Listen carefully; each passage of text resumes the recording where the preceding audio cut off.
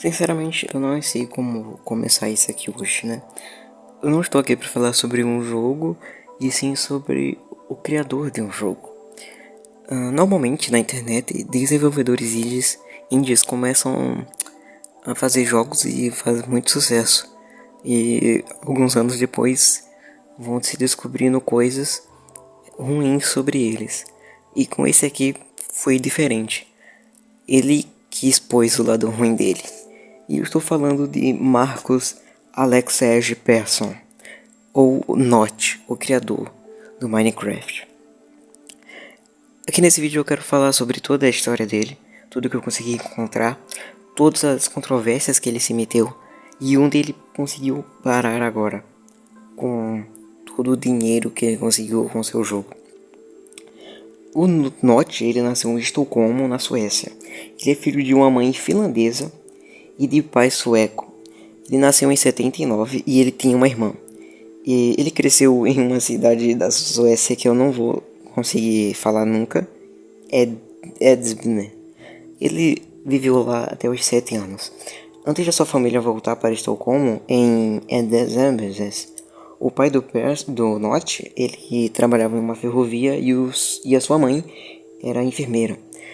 O passatempo favorito dele era explorar a floresta com os amigos. E simplesmente isso. Ele gostava de passear com os amigos pela floresta e ser feliz. Quando o Notch ele tinha seus 7 anos, os seus pais se divorciaram e ele e sua irmã foram morar com a mãe. O seu pai se mudou para uma cabana no campo e o Notch disse que em uma entrevista que eles passavam por insegurança alimentar uma vez por mês. A insegurança alimentar, para quem não sabe, é quando alguém não tem acesso regular e permanente a alimentos. Tipo, você não sabe quando você pode acabar comendo de novo. Era isso que eles viviam.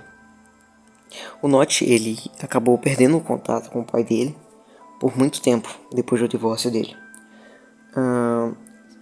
Segundo o Notch, o pai dele sofria de depressão, transtorno bipolar, alcoolismo, abuso de medicamentos e ele foi preso por roubos.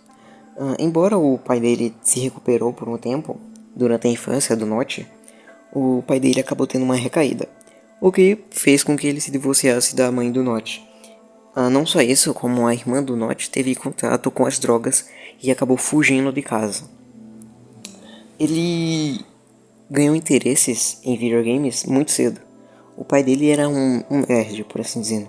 Ele ensinou o Notch como construir um modem e ensinou o Notch a usar o Commodore 128, que foi um PC, como eu posso falar, um PC doméstico que o Notch tinha. E com esse PC ele jogava jogos piratas e carregou vários programas de escrita de código de revista de informática com a ajuda da irmã dele. O primeiro jogo que ele comprou com o seu dinheiro foi o The Bard's Tale, e ele começou a programar no computador quando ele tinha seus 7 anos. Ele produziu seu primeiro jogo com 8, que era um jogo de aventura baseado em texto. Em 94, o Notch, ele basicamente adorou desenvolver games. Tipo, ele não adorou, ele quis levar isso pra frente, como a vida dele. Então, ele quis fazer isso, só que os professores dele não deram um outro caminho. Basicamente, falaram que ele deveria seguir o trabalho de designer gráfico. E ele fez isso. Dos 15 aos 18, ele estudou design. O Notch, ele era introvertido, mas ele era bem querido pelos seus amigos. Só que depois de ele entrar na escola secundária, né, na escola do ensino médio, ele acabou virando solitário e ele só tinha um amigo, supostamente. Ele passava a maior parte do tempo livre com jogos e programação em casa. Ele conseguiu fazer uma engenharia reversa do mecanismo do Doom, que ele se orgulhava desde sempre. Até 2014 ele sempre apertava nessa tecla porque ele se orgulhava disso. Ele nunca terminou o ensino médio e ele era um bom aluno, só que ele nunca terminou o ensino médio. Então, agora com esse com essa pequena parte da história do Notch, a gente já pode ir com a carreira do Notch. O que fez ele levar a virar esse grande nome da indústria dos jogos. O Notch ele começou a carreira trabalhando como web designer. Mais tarde ele encontrou um emprego na Game Federation, onde conheceu o Rolf Jensen. Eles dois trabalharam no seu tempo livre para construir um jogo, né, o Worm Online, em 2006. O jogo foi lançado por meio de uma empresa deles dois, a Mojang Specifications AB. O Notch, ele desistiu do programa em 2007, mas ele gostou muito do nome da Mojang e ele pediu o nome, e um amigo dele deu. Então o amigo dele trocou o nome para 123 AB. Então, entre 2004 e 2009, o Notch ele trabalhou como desenvolvedor de jogos para a Midas Players. Mais tarde vai ser chamado de King. Lá ele trabalhou como programador, só que principalmente fazendo jogos de Flash. Então ele mudou e começou a trabalhar como programador para J-Album. Antes de ele criar o Minecraft, o Notch ele desenvolveu vários outros jogos pequenos. Ele entrou em várias competições de design de jogos e participou de discussões em fóruns, como se fosse uma Game Jam. Na verdade, esse é o nome. Ele participou de várias Game Jams ali antes de ele começar a clicar no Minecraft. Um dos projetos que ele mais se orgulha, um projeto que fez com que ele iniciasse Minecraft foi o nome que ele deu de Ruby Dug, um jogo tridimensional de construção de bases, como um Roller Coaster Tycoon ou um Dwarf Fortress. Enquanto ele trabalhava nesse Ruby Dug, ele experimentou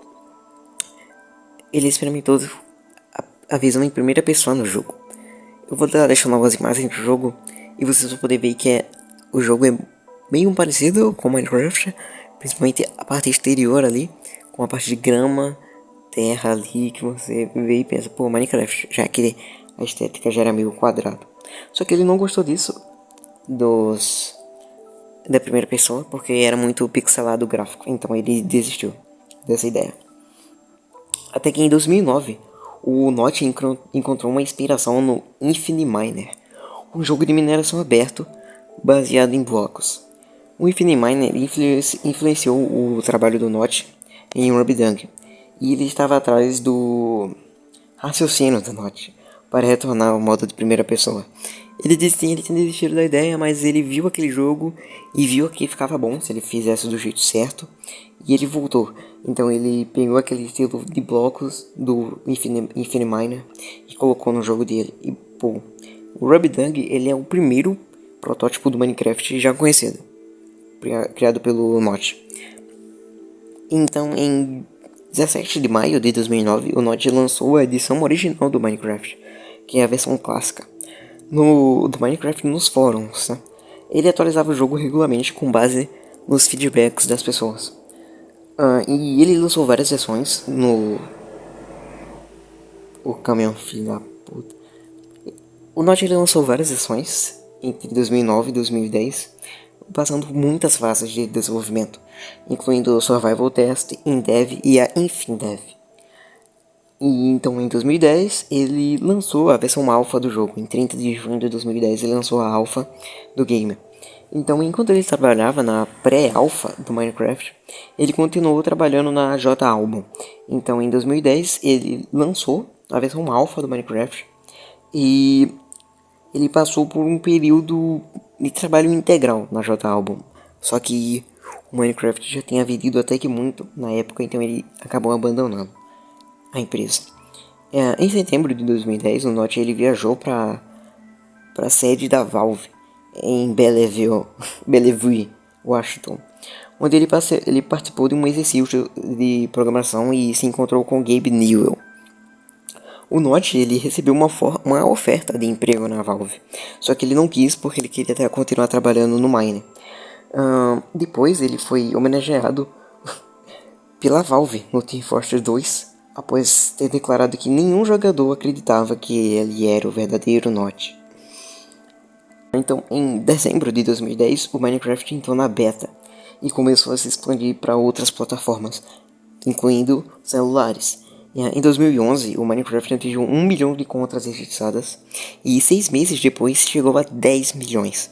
A Mojang realizou o primeiro Minecon de 18 a 19 de novembro de 2011 para comemorar o seu lançamento completo e depois acabou se tornando um evento anual. E então, em seguida, em dezembro de 2011, dia 11 de dezembro, o Notch transferiu o controle criativo do Mine para o Jens Bergersten, que continua aí trabalhando até hoje no Minecraft. Importante falar aqui que é bizarro como o YouTube e o Minecraft eles fizeram uma ajuda coletânea. Como eu posso dizer? É como se fosse aqueles animais que dependem um dos outros para sobreviver. Um crescimento mútuo. É isso que o Notch fez com o YouTube e o YouTube fez com o Notch. Na época, 2011 e 2010, de 10 canais brasileiros, 9 eram de Minecraft. E 9 faziam sucesso. E, bom, em 2013, a Mojang receitou 330 milhões de lucros. O jogo indie, o cara começou sozinho, recusou oferta de emprego da Valve para trabalhar no jogo e acabou dando certo. O Notch afirmou que, devido à intensa atenção da mídia e pressão do público, ele ficou exausto de administrar o Minecraft e a empresa. E é aí que começa a queda dele. Em junho de 2014, o Notch tweetou: "Alguém quer comprar minha parte da Mojang para que eu possa seguir com a minha vida? Receber ódio por tentar fazer a coisa certa não é o meu show." Supostamente, em parte como piada, o Notch controlava uma participação de 71% da Mojang na época. A oferta atraiu o interesse da Activision Blizzard, da EA e da Microsoft. A Microsoft que comprou o jogo por 2,5 bilhões de dólares, o que fez com que o Notch virasse um bilionário. Simplesmente absurdo. E ele deixou a empresa depois que o negócio foi feito, depois que o dinheiro dele foi para sua conta em novembro. Desde que ele deixou a Mojang, o Notch trabalhou em vários outros projetos pequenos. Por volta de 2015, ele fundou uma empresa com um amigo chamado de Hubbrain, é o nome da empresa. Só que a empresa não tinha jogos até 2021, apesar de que ele gastou 60 milhões nessa empresa. O Notch, ele quer focar em jogos em realidade virtual. Desde 2020 aí ele tá querendo fazer esses jogos, então sim. O Bruno Hatak está em perigo. O novo CEO do VR está chegando aqui forte. Ele também criou vários eventos em várias cidades, tentando ser relevante para a mídia. Não só isso, né? Como eu posso explicar, depois que ele saiu do Minecraft, a vida dele não foi mais a mesma. Ele acabou se tornando um cara amargurado, mas isso a gente pode falar depois. Amargurado ele, então ele quis fazer o seguinte: sempre que ele pode, ele reclama como a Mojang e a Microsoft transformaram o Minecraft, o jogo dele, em um jogo morto. O que eu tenho que discordar, né? Já que um cara que é racista, homofóbico e machista não tem opinião na sociedade. A vida do Notch, pessoalmente, né?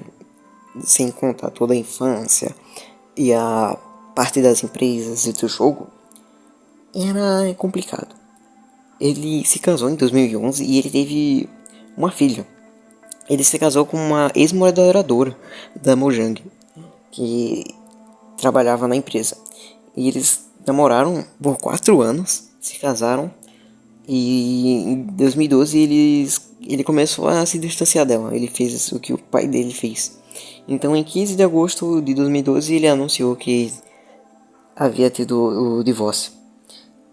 O divórcio ele finalizou naquele ano, aparentemente sem muitas complicações, e ele nunca se casou depois disso. Em 14 de dezembro de 2011, o pai do Notch, ele cometeu suicídio com um revólver. Em uma entrevista, o Notch disse uma coisa sobre o seu pai. Quando eu decidi largar meu emprego e trabalhar em meus próprios jogos, ele foi a única pessoa que apoiou a minha decisão. Ele estava orgulhoso de mim e fez questão de que eu soubesse. Quando eu adicionei os monstros ao Minecraft, ele me disse que as cavernas escuras se tornaram muito assustadoras para ele. Mas eu acho que foi a única crítica verdadeira que eu ouvi dele. Mais tarde, o Notch admitiu que ele próprio sofria de depressão e uma variação grande de humor. O Notch, ele também criticou a pirataria e a postura de grandes empresas em relação à pirataria. O que é irônico, já que muita gente fala que ele apoia a pirataria. Mas tudo bem.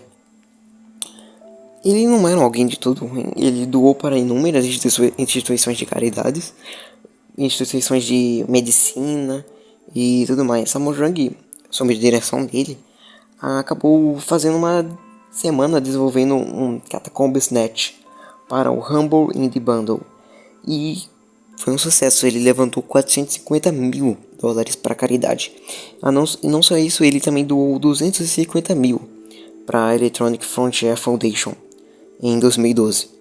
E em 2011 ele devolveu $3 milhões em dividendos aos funcionários da Mojang. Segundo a Forbes, o seu patrimônio líquido em 2023, ano passado, era de 1,2 bilhões de dólares. Em 2014, o Notch foi um dos maiores contribuidores da Suécia. Por volta de 2014, ele morava em uma cobertura de vários andares. E em Estocolmo, era gigantesco a casa dele. Uma área que ele descreveu como onde vivem os ricos. Em 2014, ele se mudou para Beverly Hills, para a Califórnia. E ele comprou uma casa de 70 milhões de dólares, um recorde de vendas na época, obviamente. Aparentemente, o Notch, ele ganhou, o Notch aparentemente ganhou da Beyoncé e do Jay-Z pela propriedade, pelo lance da propriedade. Então sim, o cara, criador de um jogo quadrado, fez 2 estrelas parecerem pobres do lado dele. Incrível. Só que, bom, como eu disse, o cara é cabuloso, né? E o Notch, ele começou a receber certas críticas por conta de opiniões políticas e sociais que ele expressou nas redes sociais em 2016. Ele foi acusado de homofobia, racismo, transfobia e apoio a teorias da conspiração. Em 2017, o Notch, para combater os eventos de orgulho LGBT, ele propôs um feriado do orgulho heterossexual e escreveu que aqueles que se opunham à ideia mereciam ser fuzilados. Depois de enfrentar a reação, ele deletou os tweets e voltou atrás. Ele falou, então sim, é sobre o orgulho de ousar expressar, não sobre o orgulho de ser quem você é. Eu entendo agora. Não só isso, no mesmo ano ele descreveu o feminismo como uma doença social e chamou a desenvolvedoras de videogames e apoiadora do feminismo Zoe Quinn de Kant, que tem uma traduçãozinha meio pesada para inglês, não vou falar que é bom. Ele criticou certos movimentos como o Gamergate, que é um movimento de gamers que luta contra o feminismo, que basicamente fala que mulheres não deveriam jogar jogos e tudo mais. Bom, ele acusou várias práticas e ideias feministas, tipo o mansplaining, de serem sexistas. Não só isso, ele foi acusado de transfobia. Ele negou em 2016 isso, só que em 10 de março de 2019, ele tweetou em resposta ao meme pros transgêneros na internet que você é absolutamente mal se quiser encorajar a ilusão. O que aconteceu com a não o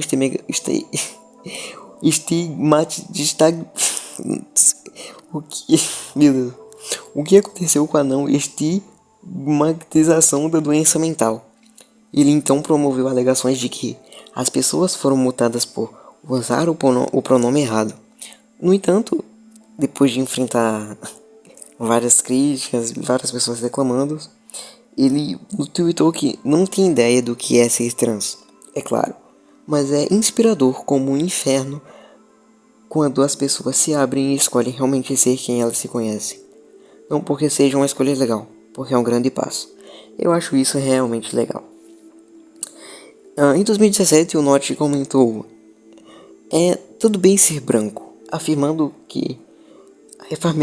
essa crença de que o privilégio era uma métrica inventada. Embora ele denunciasse generalizações e tratamentos diferenciados apenas com uma base da pele de cor.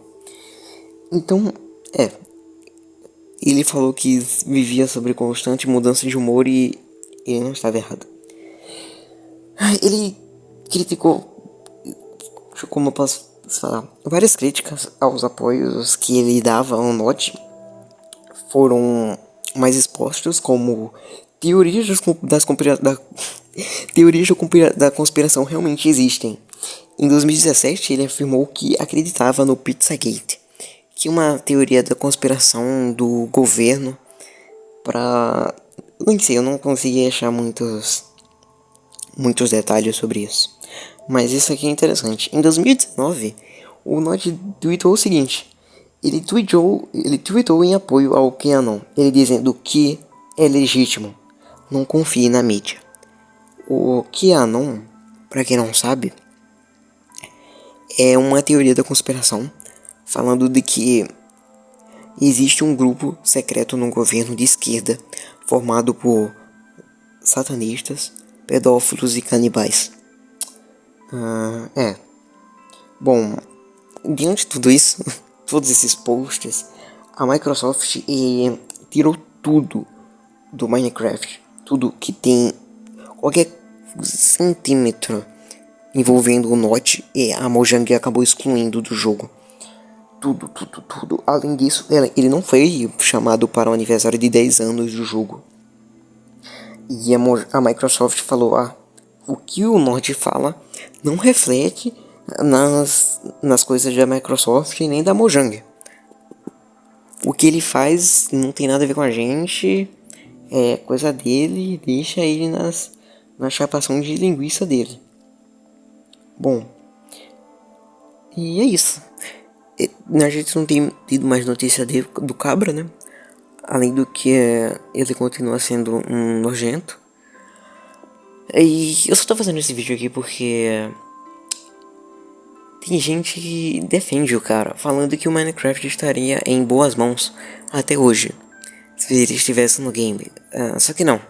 Ele abandonou o game porque, sim, ele desenvolveu o game, só que ele não quis sofrer com a pressão, então ele desistiu de tudo isso e virou bilionário e começou a dar festas na casinha dele em Beverly Hills.